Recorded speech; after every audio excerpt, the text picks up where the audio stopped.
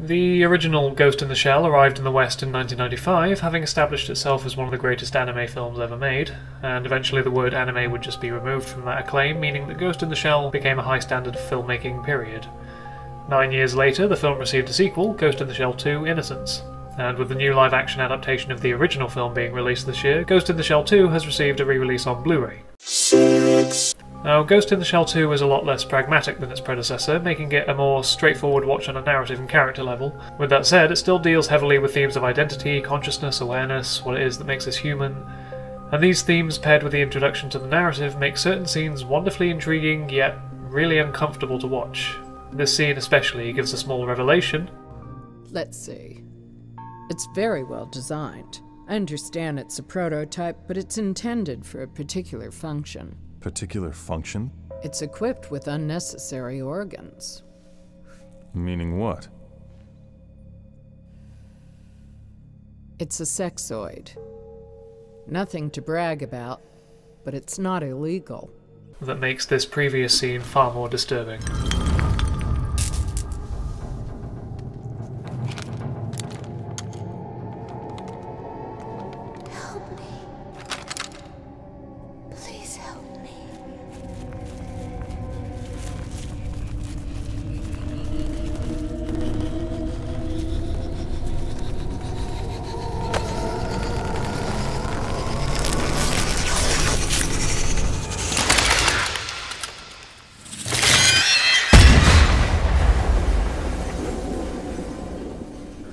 Our two leads, Batou and Togusa, pair well with each other. They're both well characterised, rich with small nuances in their animation. They have several moments of dry banter, which gives the film some much needed levity after heavy scenes.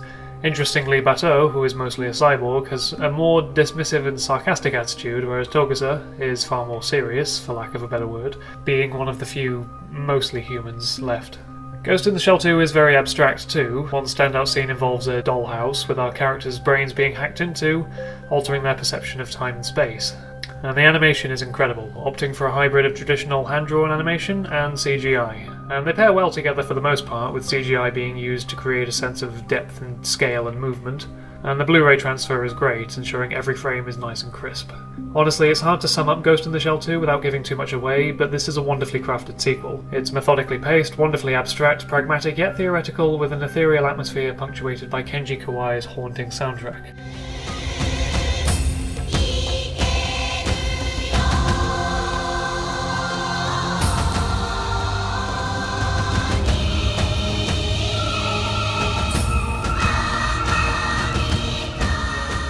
With the live-action adaptation of Ghost in the Shell being released this year, I would highly recommend that you seek out both the original and this sequel.